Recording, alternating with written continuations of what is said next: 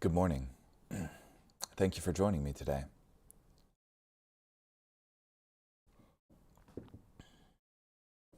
This morning we'll be in Daniel chapter 1 verse 1 through chapter 2 verse 23.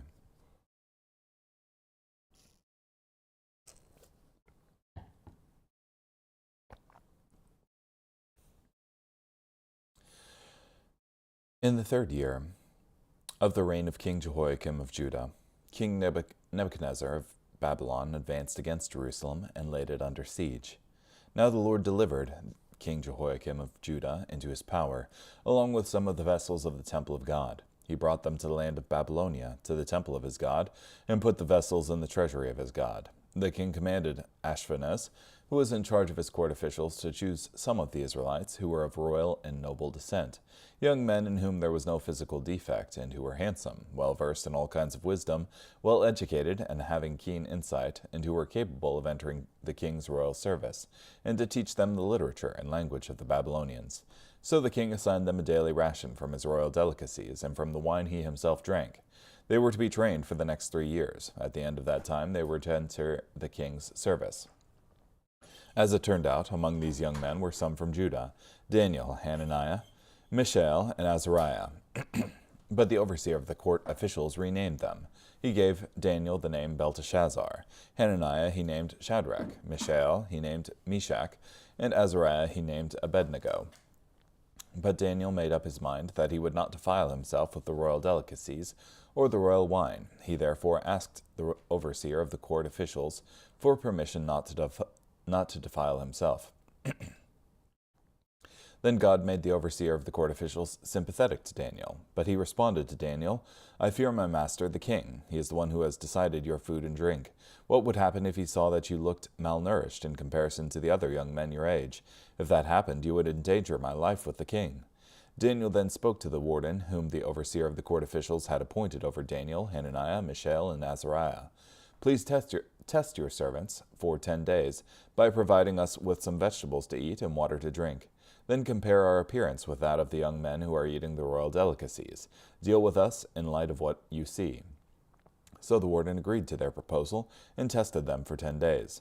At the end of the 10 days, their appearance was better, and their bodies were healthier than all the young men who had been eating the royal delicacies. So the warden removed the delicacies and the wine from their diet, and gave them a diet of vegetables instead. Now as for these 4 young men, God endowed them with knowledge and skills in all sorts of literature and wisdom, and Daniel had insight into all kinds of visions and dreams.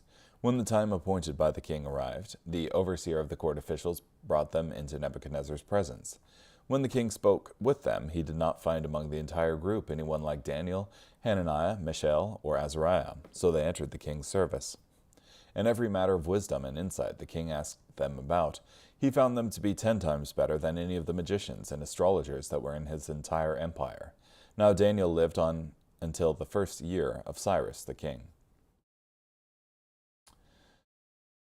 In the 2nd year of his reign, Nebuchadnezzar had many dreams. His mind was disturbed, and he suffered from insomnia. The king issued an order to summon the magicians, astrologers, sorcerers, and wise men in order to explain his dreams to him. So they came and awaited the king's instructions. The king told them, "I've had a dream, and I am anxious to understand the dream." The wise men replied to the king, "What follows is in Aramaic. O king, live forever. Tell your servants the dream, and we will disclose its interpretation." The king replied to the wise men, "My decision is firm. If you do not inform me of both the dream and its interpretation, you will be dismembered and your homes reduced to rubble. But if you can disclose the dream and its interpretation, you will receive from me gifts, a reward, and considerable honor. So disclose to me the dream and its interpretation." They again replied, "Let the king inform us of the dream, and then we will disclose its interpretation." The king replied, "I know for sure that you are attempting to gain time, because you see that my decision is firm. If you don't inform me of the dream, there is only one thing that is going to happen to you. For you have agreed among yourselves to report to me something false and deceitful until such a time as things might change. So tell me the dream, and I will have confidence that you can disclose its interpretation."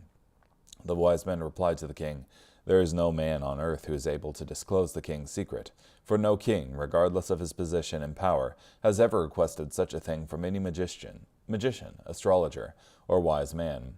What the king is asking is too difficult, and no one exists who can disclose it to the king except for the gods, but they don't live among mortals. Because of this, the king got furiously angry and gave orders to destroy all the wise men of Babylon. So a decree went out, and the wise men were about to be executed. They also sought Daniel and his friends so that they could be executed. Then Daniel spoke with prudent counsel to Arioch, who was in charge of the king's executioners, and who had gone out to execute the wise men of Babylon. He inquired of Arioch, the king's deputy, why is the decree from the king so urgent? Then Arioch informed Daniel about the matter. So Daniel went in and requested the king to grant him time, that he might disclose the interpretation to the king. Then Daniel went to his home and informed his friends, Hananiah, Mishael, and Azariah, of the matter. He asked them to pray for mercy from the God of heaven concerning this mystery, so that he and his friends would not be destroyed along with the rest of the wise men of Babylon. Then, in a night vision, the mystery was revealed to Daniel. So Daniel praised the God of heaven, saying, "Let the name of God be praised forever and ever, for wisdom and power belong to him. He changes times and seasons, disposing some kings and establishing others. He gives wisdom to the wise. He imparts knowledge to those with understanding. He reveals deep and hidden things. He knows what is in the darkness, and light resides with him. O God of my fathers, I acknowledge and glorify you, for you have bestowed wisdom and power on me. Now you have enabled me to understand what I requested from you, for you have enabled me to understand the king's dilemma."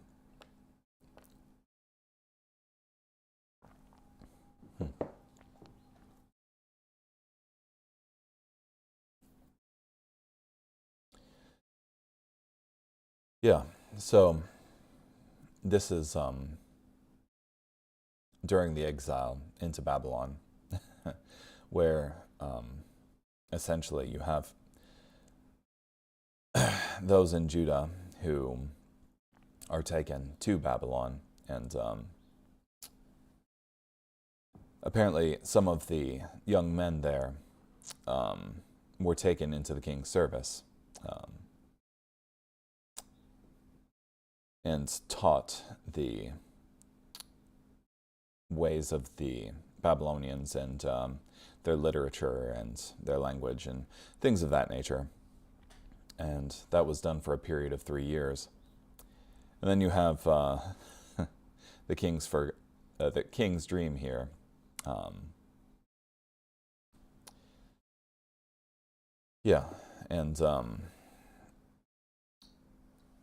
He asked that, along with the interpretation of the dream, that the dream itself be revealed to him as part of what the wise men were to give him.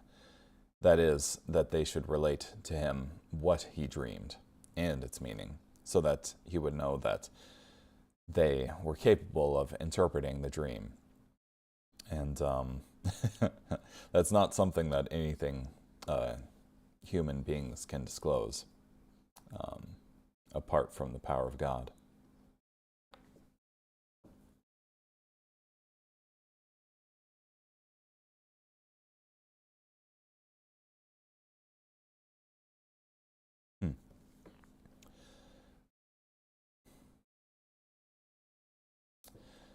So, reading through Guzik here, setting the time. The prophet Daniel lived in the 6th century before the birth of Jesus. During this approximate period, construction began on the Acropolis in Athens. Mayan civilization flourished in Mexico. Aesop wrote his fables. Confucius and Buddha lived. Greek art began to truly excel. The Greeks introduced the olive tree to Italy. The Phoenicians made the first known sea journey around Africa. The Book of Daniel is a target of critics who doubt that the Daniel described in the book actually wrote the book, especially in light of the book's amazing prophecies. The Book of Daniel claims to be written by Daniel himself, and the fact that it is written mostly in the third person does not contradict that claim. The Book of Daniel predicts events of the 2nd century before the coming of Jesus, especially the period 175 to 164 BC, with such precision that doubting critics believe it had to have been written after that period, during the time of the Maccabees. Supposedly, the purpose for writing Daniel at the time was to inspire God's people onto victory during the Maccabean Wars. Which, even if you date it that late, you still have detailed prophecy about Messiah the King in there as well.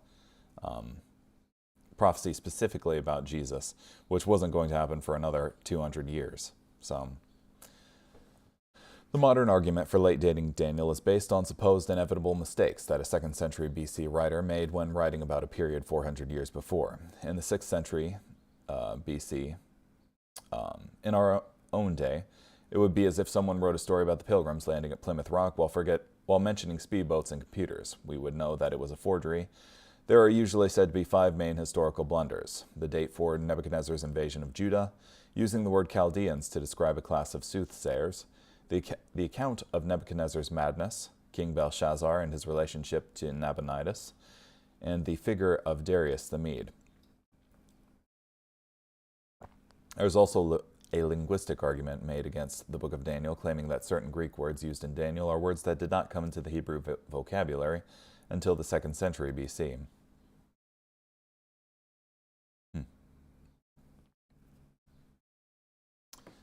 Well, he doesn't go on to say anything about any of those. I suppose when it comes up in the book, it'll be discussed.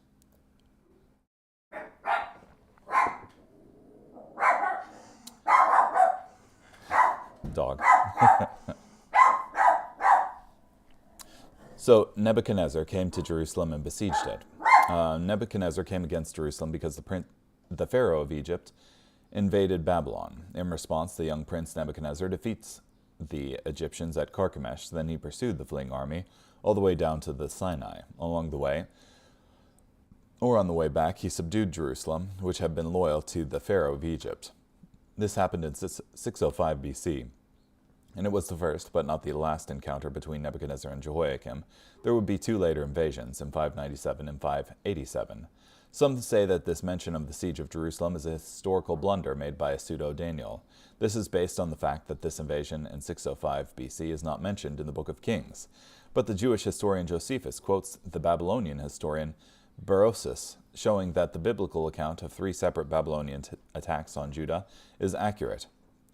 The specific attack mentioned by Daniel is documented by the Babylonian Chronicles, a collection of tablets discovered as early as 1887 and kept in the British Museum. Nebuchadnezzar's 605 BC presence in Judah is documented and clarified in these tablets.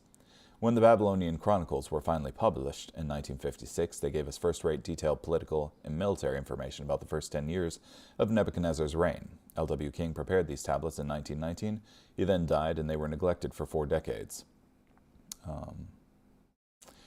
Excavations also document the victory of Nebuchadnezzar over the Egyptians at Carchemish in May or June of 605 BC. Archaeologists found evidence of battle, vast quantities of arrowheads, layers of ash, and the shield of a Greek mercenary fighting for the Egyptians. This campaign of Nebuchadnezzar was interrupted suddenly when he heard of his father's death and raced back to Babylon to secure a succession to the throne. He traveled about 500 miles in 2 weeks, remarkable speed for travel in that day. Therefore, we know that the siege of Jerusalem in 605 BC was cut short by Nebuchadnezzar's return to Babylon. This was not specifically detailed in the Babylonian Chronicles, but it is entirely consistent with the record.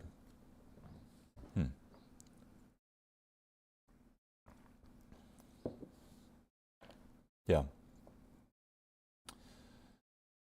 Okay, well, carrying on. 1 Peter chapter 3, verse 8, through chapter 4, verse 6.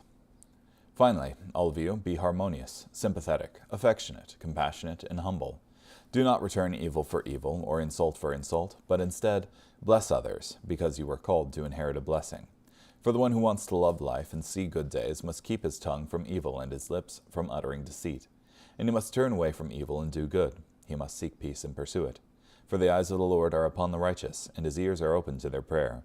But the Lord's face is against those who do evil. For who is going to harm you if you are devoted to what is good? But in fact, if you happen to suffer for doing what is right, you are blessed. But do not be terrified of them or be shaken. But set Christ apart as Lord in your hearts, and always be ready to give an answer to anyone who asks about the hope you possess. Yet do it with courtesy and respect, keeping a good conscience, so that those who slander your good conduct in Christ may be put to shame when they accuse you. For it is better to suffer for doing good, if God wills it, than for doing evil. Because Christ also suffered once for sins, the just for the unjust, to bring you to God, by being put to death in the flesh, but by being made alive in the Spirit. In it he went and preached to the spirits in prison, after they were disobedient long ago, when God patiently waited in the days of Noah, as an ark was being constructed. In the ark a few, that is 8 souls, were delivered through water. In this prefigured baptism, which now saves you, not the washing off of physical dirt, but the pledge of a good conscience to God, through the resurrection of Jesus Christ, who went into heaven and is at the right hand of God, with angels and authorities and powers subject to him. So, since Christ suffered in the flesh, you also arm yourselves with the same attitude, because the one who has suffered in the flesh has finished with sin, in that he spends the rest of his time on earth concerned about the will of God and not human desires. For the time that has passed was sufficient for you to do what the non-Christians desire. You lived then in debauchery, evil desires, drunkenness, carousing, drinking bouts, and wanton idolatries. So they are astonished when you do not rush with them into the same flood of wickedness, and they vilify you. They will face a reckoning before Jesus Christ, who stands ready to judge the living and the dead. Now it was for this very purpose that the gospel was preached to those who are now dead, so that, though they were judged in the flesh by human standards, they may live spiritually by God's standards.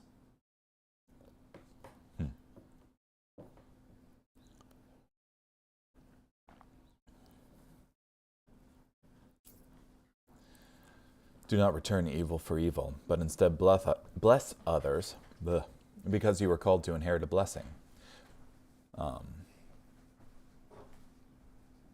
Keep your tongue from evil and from uttering deceit. Turn away from evil, do good. Seek peace and pursue it. Strong admonitions to act righteously.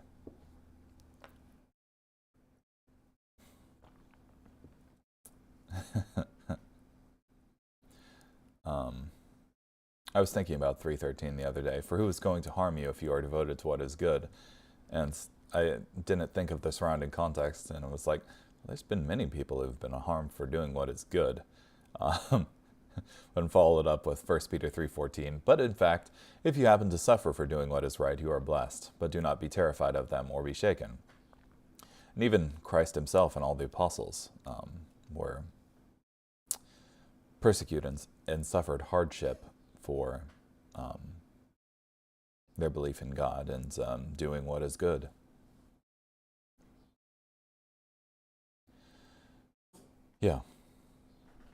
Carrying on. Psalm 119, verses 65 through 80. Tet, you are good to your servant, O Lord, just as you promised. Teach me proper discernment and understanding, for I consider your commands to be reliable. Before I was afflicted, I used to stray off, but now I keep your instructions. You are good, and you do good. Teach me your statutes. Arrogant people smear my reputation with lies, but I observe your precepts with all my heart. Their hearts are calloused, but I find delight in your law.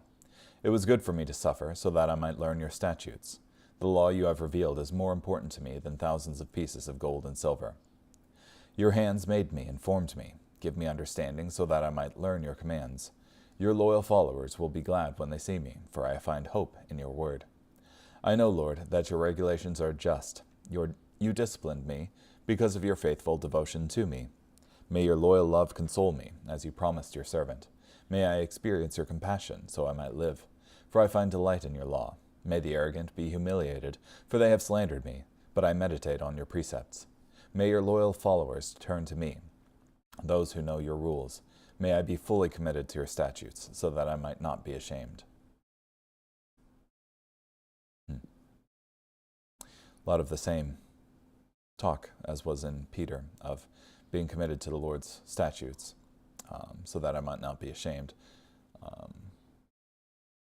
Reminds me of that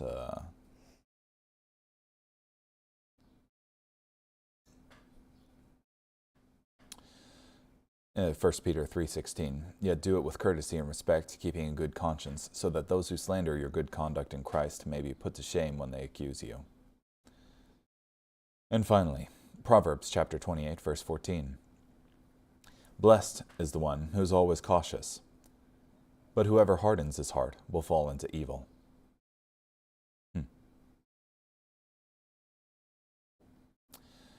Okay, well, thank you so much for joining me today. Hope you have a great day.